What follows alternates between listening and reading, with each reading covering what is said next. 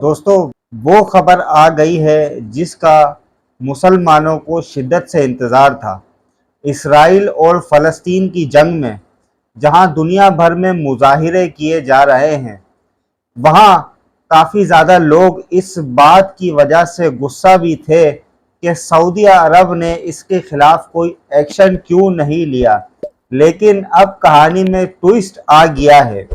OIC organisation of Islamic corporation का इजलास मुनाकिद किया गया, जिसमें मुस्लिम ममालिकों के हुक्मरानों ने शिरकत की और सऊदीया के मोहम्मद बिन सलमान और तुर्की के रजब तैयब उर्दुगान और ईरान के इब्राहिम रईस ने इसराइल को बहुत ही ज़्यादा तंबीह करदा बयानात दिए हैं और उसको वार्निंग दी है और शदीद अपना गुस्से का इजहार किया है।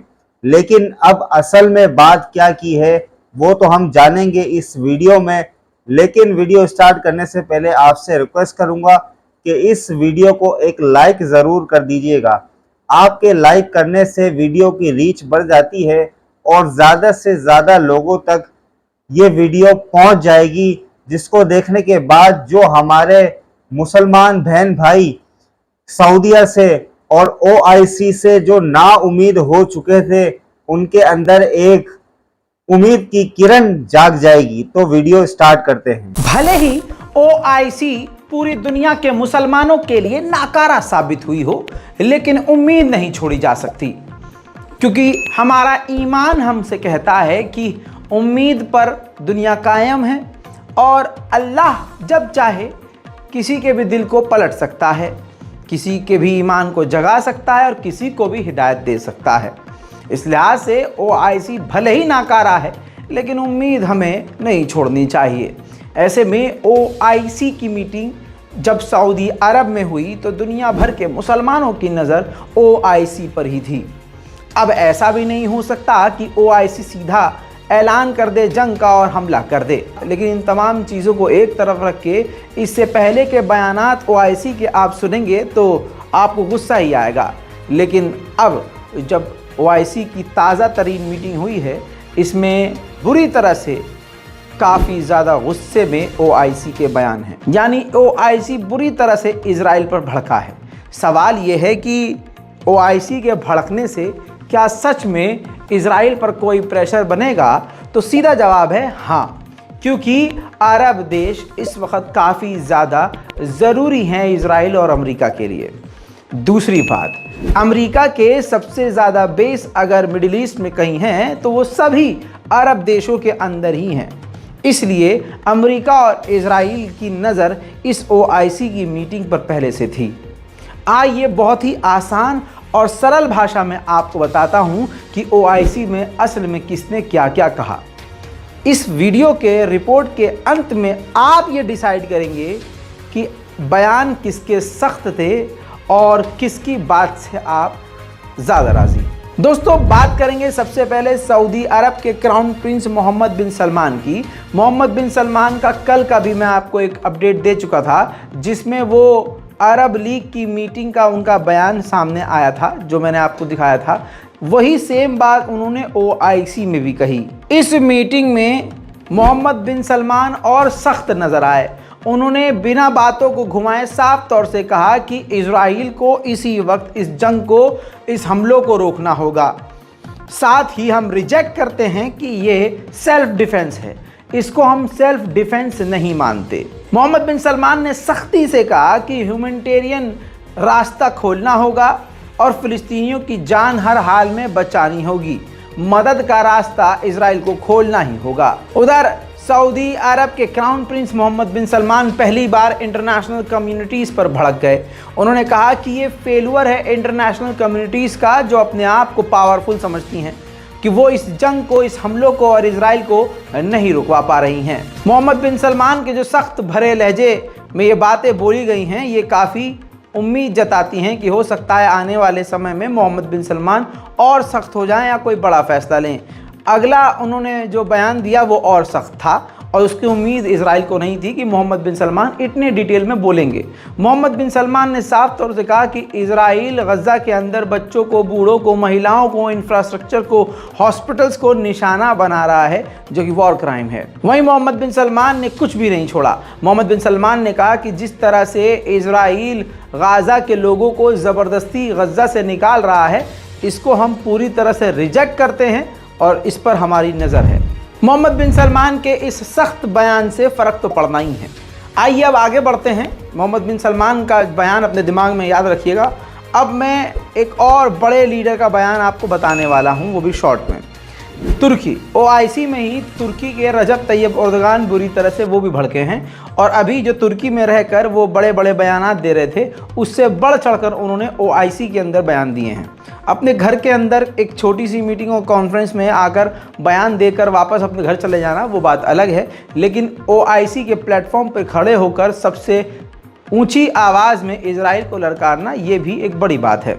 आपको बता दूं, तुर्की ने ये कहा, यानी रजब तैयब एर्दोगान ने कहा कि इजराइल को अपना अंजाम भुगतना होगा, इसका खामियाजा भुगतना होगा जो उसने गाज़ा के अंदर तबाही मचाई है। साथ में तुर्की ने यह भी कहा, एर्दोगान ने यह भी कहा कि OIC को फंड रेज करना चाहिए, पैसा इकट्ठा करना चाहिए और पैसा गज़ा को देना चाहिए कि पूरा फिर से वो वैसे ही बनकर तैयार हो सके। रजब तैयब एर्दोगान ने साफ तौर से ये भी कहा कि इन हमलों को और इन बर्बादियों को और इन टकराव को ख़त्म करने के लिए 2 स्टेट सॉल्यूशन ज़रूरी है। साथ में उन्होंने बड़ी बात कही कि जेरूशलम जो है हमारी रेड लाइन है। जी हाँ, जिस जेरूशलम को इजराइल अपना बताता है, एर्दोगान ने कहा कि वो हमारी रेड लाइन है। रजब तैयब एर्दोगान ने जो सख्त बात कही वो ये कही कि जिस तरह से इजराइल ने न्यूक्लियर की धमकी दी है, इसकी जांच होनी चाहिए कि आखिरकार इजराइल के पास न्यूक्लियर बम है तो कितना है, कहाँ है और उसके दिमाग में क्या चल रहा है। मेरे दोस्तों, ये था OIC में तुर्की का बयान। अब तीसरे अहम, देखिए 3 या 4 ही लोग थे जिन्होंने सबसे बड़ा बयान दिया और पूरी दुनिया की नज़र उस पर थी और मुझे यकीन है कि आपकी भी सिर्फ इन्हीं पर नज़र होगी, क्योंकि दूसरा कोई ऐसा कुछ बोला ही नहीं है। दोस्तों, ये तस्वीर देखिए, ये ऐतिहासिक तस्वीर है। ईरान के राष्ट्रपति इब्राहिम रईसी और मोहम्मद बिन सलमान की ये तस्वीर देखने लायक है। जिस तरह से तेज़ी से बढ़कर मोहम्मद बिन सलमान बढ़कर इब्राहिम रईसी के हाथ को पकड़कर उनके हाथ पर अपना दूसरा हाथ रखते हैं और 4 कदम उनसे एक्स्ट्रा चलकर उनको आकर रिसीव करके वापस अंदर लेकर जाते हैं, ये ऐतिहासिक तस्वीर है। इस तस्वीर से अमेरिका और इजराइल काफ़ी ज़्यादा हैरान और परेशान और चिढ़े हुए हैं। मेरे दोस्तों, अब बात आई है इब्राहिम रईसी की कि ईरान ने OIC में क्या बोला। मुझे यकीन है कि आपने दिमाग में मोहम्मद बिन सलमान के बयान को भी रखा, रजब तैयब एर्दोगान को भी रखा और अब आप दिमाग से सुनेंगे कि ईरान ने क्या बोला। ईरान के राष्ट्रपति इब्राहिम रईसी का वही टोन रहा, वही जलवा रहा और वही अंदाज रहा जैसे वो ईरान में रहकर अमेरिका और इजराइल को कोसते हैं। इब्राहिम रईसी ने बातें बहुत बोली, लेकिन पॉइंटर्स आपको बता रहा हूँ। इब्राहिम रईसी ने कहा कि इजराइल जो क्राइम कर रहा है वो इतिहास का सबसे बड़ा क्राइम है और हम इसके गवाह बन रहे हैं। उन्होंने आगे ये कहा कि मुस्लिम देशों की एकता, जब तक हम मुसलमान देश एक नहीं होंगे हम इस जुल्म को रोक नहीं पाएंगे। साथ में उन्होंने कहा कि अमेरिका ही इजराइल को लीथल वेपन दे रहा है जिसका वो इस्तेमाल गाज़ा के खिलाफ कर रहा है। साथ में उन्होंने बड़ी बात कही कि इजराइल के ऊपर इकोनॉमिक पाबंदियां लगानी चाहिए, उससे डीलों को रद्द करना चाहिए, बिजनेस ट्रेड बंद करना चाहिए। साथ ही इब्राहिम रईसी ने कहा कि इजराइल को घसीटकर इंटरनेशनल क्रिमिनल कोर्ट ले जाना चाहिए। अब जो सबसे बड़ी बात कही है जिससे अमेरिका और इजराइल को आग लगने वाली है वो ये कि इब्राहिम रईसी ने कहा कि इस्लामिक देशों को, इस्लामिक कंट्रीज़ को, फ़िलिस्तीनियों को हथियार देना चाहिए ताकि वो अपना सेल्फ डिफेंस कर सकें। उन्होंने कहा कि एक ही ऑप्शन है पूरे इस तबाही को और कॉन्फ्लिक्ट्स को ख़त्म करने का, फ़िलिस्तीनी स्टेट बनाना from river to sea. From river to sea का मतलब ये हो गया कि पूरा का पूरा जो इजराइल है उसको मिटाकर, जैसे पहला फिलिस्तीन था। टू स्टेट सॉल्यूशन की बात नहीं हो रही है यहाँ पर भैया, टू स्टेट सॉल्यूशन की बात ही नहीं करी, कहा कि पूरा का पूरा जो है फिलिस्तीन होना चाहिए। साथ में इब्राहिम रईसी ने मुस्लिम देशों के मुंह पर ही ओआईसी की मीटिंग में कहा कि आप सभी को मिलकर इजराइल को टेररिस्ट देश घोषित कर देना चाहिए। तो दोस्तों ये है इब्राहिम रईसी ईरान के राष्ट्रपति का बयान। ओआईसी में ये 3 चेहरे सबसे ज़्यादा हाईलाइट हुए जिनके बयान सबसे ज़्यादा दुनिया में सुने गए, और ओआईसी की ये काफ़ी मजबूत और काफ़ी गुस्से वाले चेहरे थे। मेरे दोस्तों आप समझ सकते हैं, तीनों बयान सुना दिए मैंने आपको, 3 लोगों के जिससे आपको उम्मीद थी।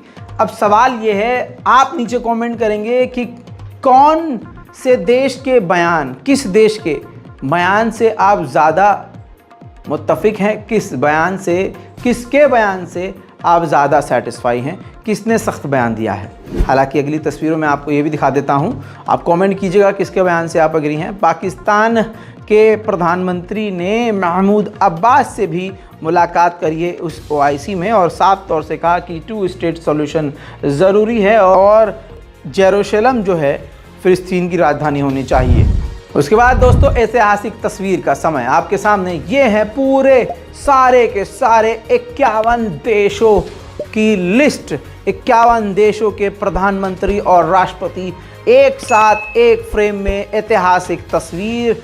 दुनिया इन तस्वीरों को बड़े ही ध्यान से देखती है क्योंकि ये है ऑर्गेनाइजेशन ऑफ इस्लामिक कॉरपोरेशन। उधर अरब और ओआईसी ने, दोनों ऑर्गेनाइजेशन ने मिलकर कहा है कि इजराइल जो लीथल वेपन और केमिकल वेपन का इस्तेमाल कर रहा है वो इसी वक्त बंद हो।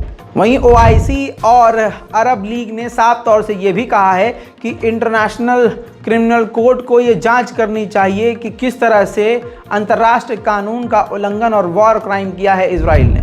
वहीं ओआईसी और अरब लीग ने यह भी कहा है दुनिया भर के देशों से कि आप लोग हथियार देना इजराइल को बंद कर दें, जिन हथियारों का इस्तेमाल वो गाजा के लोगों का जेनोसाइड करने के लिए कर रहा है। अरब लीग ओआईसी ने आगे ये भी कहा कि इजराइल और आसपास के देश अपनी आज़ादी को जब तक एंजॉय नहीं कर सकते जब तक खुद फिलिस्तीन को आज़ादी नहीं दी जाती। दोस्तों इस पूरी रिपोर्ट में ओआईसी और अरब लीग के तमाम बयान आपको मैंने बता दिए हैं, वो भी आपके सामने रख दी है। किसके बयान से आप सहमत हैं नीचे कमेंट कीजिए और इस रिपोर्ट को शेयर करना मत भूलिएगा। वो कहते हैं ना कि सुबह का बोला शाम को अगर लौट आए तो उसे भोला नहीं कहते, देर आए लेकिन दुरुस्त आए। दोस्तों ओआईसी कॉरपोरेशन तो ये बहुत पहले ही इजलास मुनाकिद करना चाहिए था। क्यों? क्योंकि इसराइल को भी अमेरिका शुरू ही से सपोर्ट कर रहा है और इसराइल अब तक जो कुछ भी कर रहा है वो अपने नाजायज़ अब्बा अमेरिका की वजह से ही कर रहा है। लेकिन अब सवाल ये पैदा होता है कि ओआईसी में जो बात हुई है उसकी वजह से इसराइल क्या करता है? आया कि इसराइल यहीं पर ही रुकता है या वो अपनी हट धर्मी और दहशतगर्दी का मुजाहरा करते हुए इस जुल्म सितम को ढाता रहता है? क्योंकि देखिए अब वो कहते हैं ना कि एक अकेली लकड़ी होती है उसको आप तोड़ देंगे, 2 होगी उसको आप तोड़ देंगे, लेकिन अगर लकड़ी का जुत्था होगा तो उसको आप इतनी आसानी से नहीं तोड़ सकेंगे। कि तीनों लीडरों ने अपनी जगह अच्छी बात कही। मैं अगर आपको अपना पर्सनली बताऊं तो मैं इब्राहिम रईसी साहब की बात से ज़्यादा मुत्तफिक करता हूं कि वाकई में इसराइल जो है वो इस वक्त दुनिया का सबसे बड़ा दहशतगर्द है और पूरी दुनिया इस वक्त तमाशा देख रही है।